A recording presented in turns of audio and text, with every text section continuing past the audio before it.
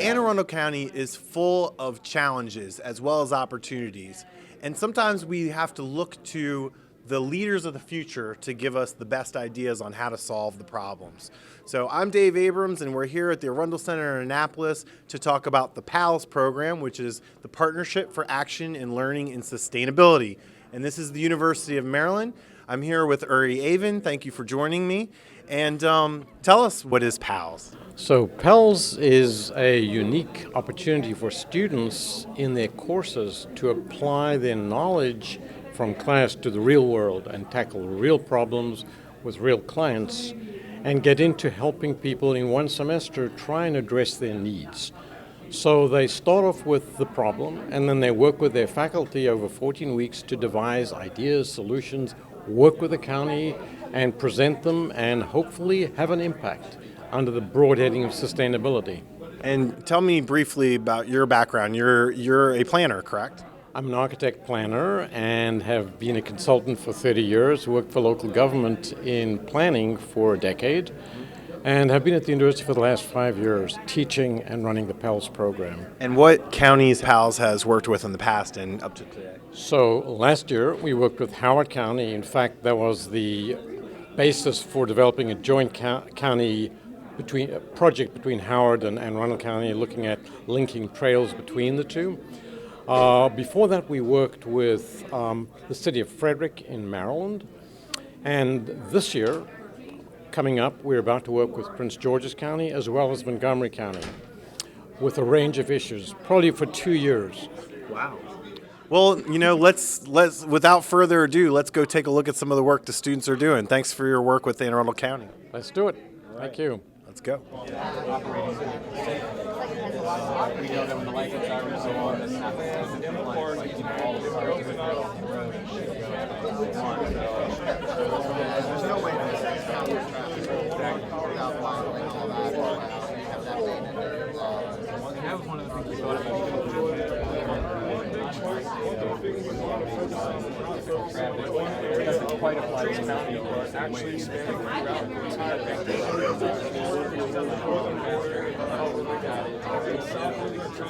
So first up, we have a really great project from the Robert Smith School of Business. We have some students here. Tell me your first names.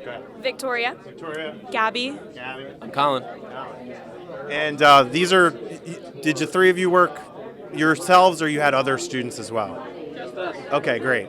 So their project was to create a business model for Anne Arundel County Public Schools students to run, operate, soup to nuts, their own business.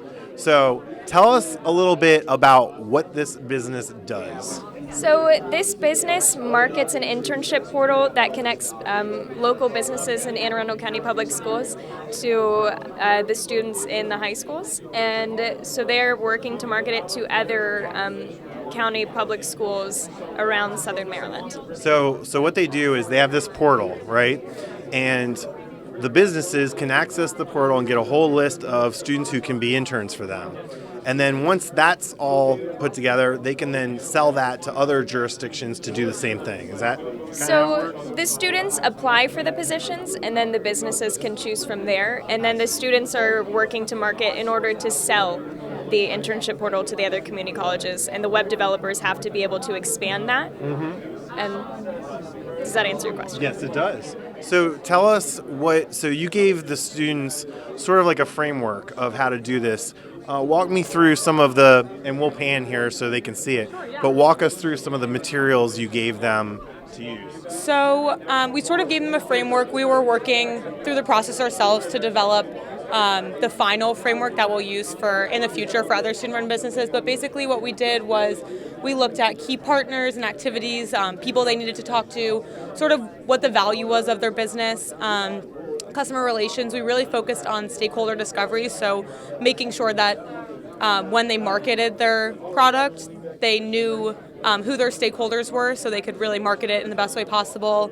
The cost structure, it's a website, so replicating that website, and customer relations, things like that were really what we focused on when developing their business plan. Awesome. So tell us, so it's kind of like a how-to, step-by-step, plug-and-play kind of module you set up, right? Yeah, so the big thing that we wanted to do was to make sure that not just internet, but any high school business that Tammy works with in the future, Tammy would have that framework and a lot of resources to help them with any business model that they wanted. So, right now this is more an internet-based business. It's on the computer, and it's very lean and very fast, so like a smaller team of students can do it. But it also applies to more brick and mortar. So any business that wants it just needs to start, needs a theory of change, needs to, start pricing or figure out their value proposition. They use this canvas, they use like all our model, and I think they have a really good advantage if they were to use this. And, everything that we can do to help Tammy, because she's been doing a great job in the county, like helping out these businesses start. So. And this is Tammy with Arundel County Public Schools? Absolutely. Yeah, she's great. What is her last name? Diedrich. Tammy Diedrich. Tammy, thank you, Tammy Diedrich. Well, you all did a fantastic job, and I know any day, month, or year now, we are going to see this out in the public sphere and people paying big money for it and getting our public school students a chance to be entrepreneurs. So great job, and good luck to you guys in getting great jobs in the private sector when you're done with school. Thank you. Appreciate it. Let's take a look at some more projects. So everybody in Anne Arundel County loves Arlington Echo Outdoor Education Center. And a lot of us, our parents went there, our kids, our cousins, our friends. And over the years, some of the buildings have aged quite a bit. So Anne Arundel County Public Schools asked the PALS students to come up with a vision and a master plan for how to move forward with renovations to it. So we'll take a look at some of the features of that.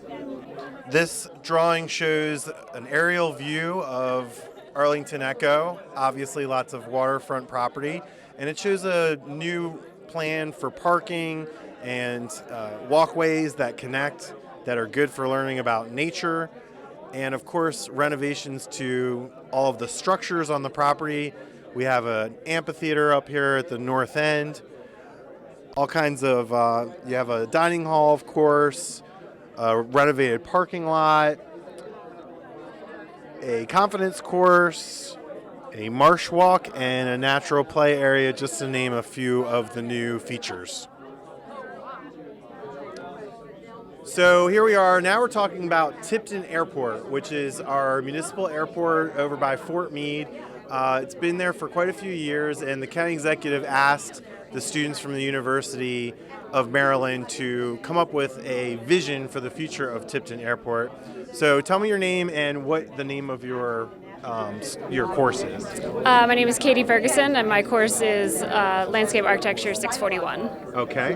And tell us a little bit about the parameters of this project and what you guys were tasked with doing. We were tasked with finding new ways to increase the economic viability of Tipton Airport, because the county executive really wanted it to be a service to the entire county. Mm-hmm. So what were some of the main features that you focused on? We focused on adding some office and some retail space, finding an iconic new terminal that could help Tipton Airport expand, and bringing some services over from Fort Meade, such as the National Cryptologic Museum and some of the libraries, so that we can share that space with them.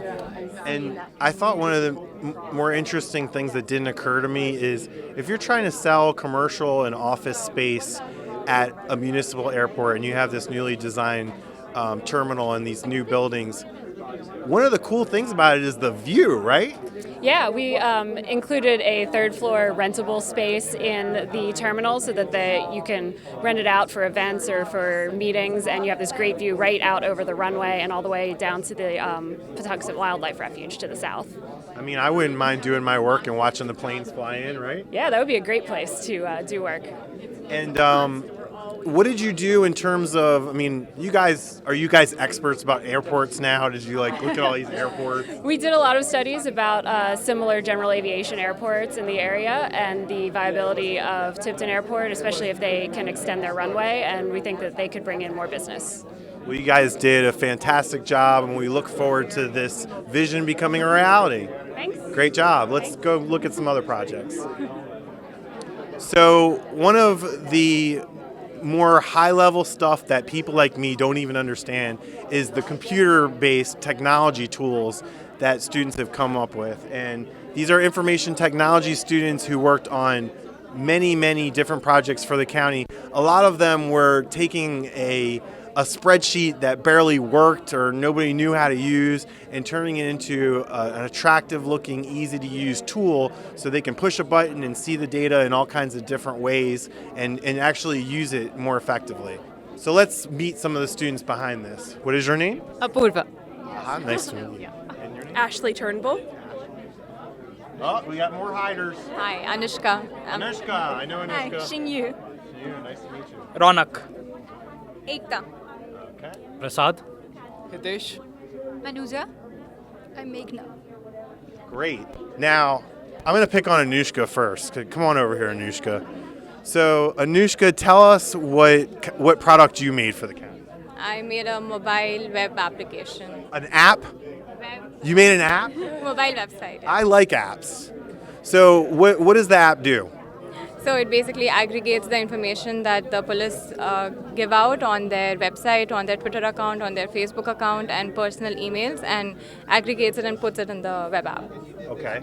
So basically what it is you can get any information about the police department and what they're doing and the information they're trying to put out in one place, right? Yeah, right. Making it easier for everybody. Mainly alerts Alerts. and notifications. Yeah. Yeah, that's important so everybody knows where to find the information. Awesome. All right. So let's talk about EMS hotspot analysis. This is a complicated subject, but tell me a little bit about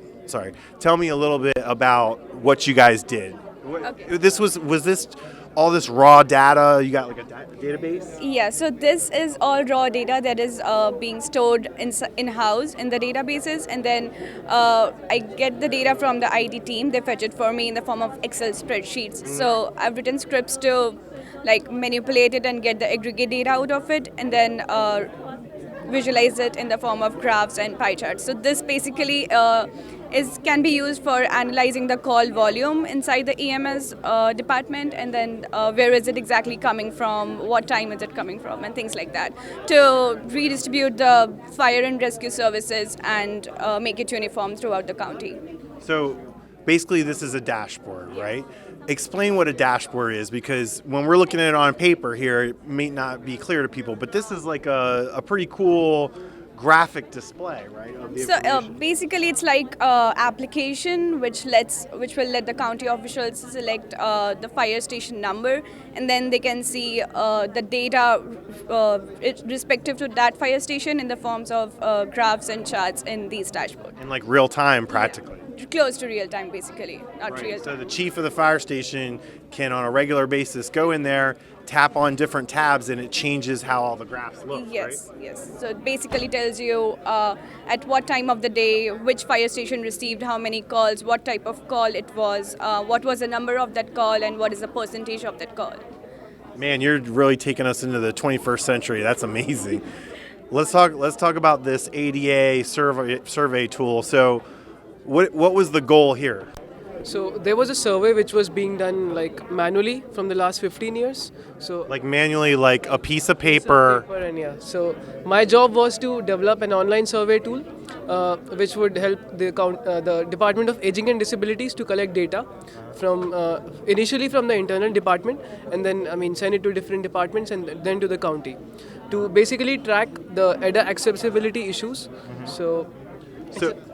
It's an online survey tool which will help the coordinator of the Department of Aging and Disabilities to basically gather data, then analyze in terms basically. So there's a question here, and then there's a visualization here also.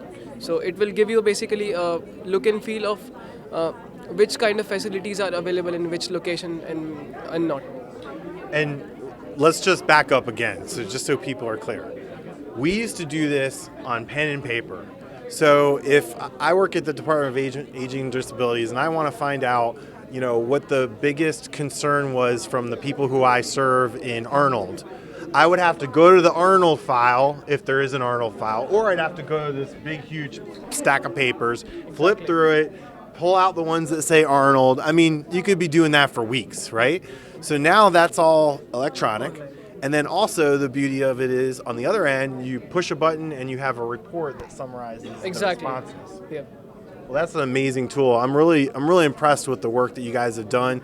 So what do you want to do? What do you want to do with this degree afterward? You want to work for Google or what? Like what do you want to do? So I'm looking for a developer role. I'll be a developer in a firm, A what? a software developer, Oh, a software developer for any particular companies you like? like Microsoft.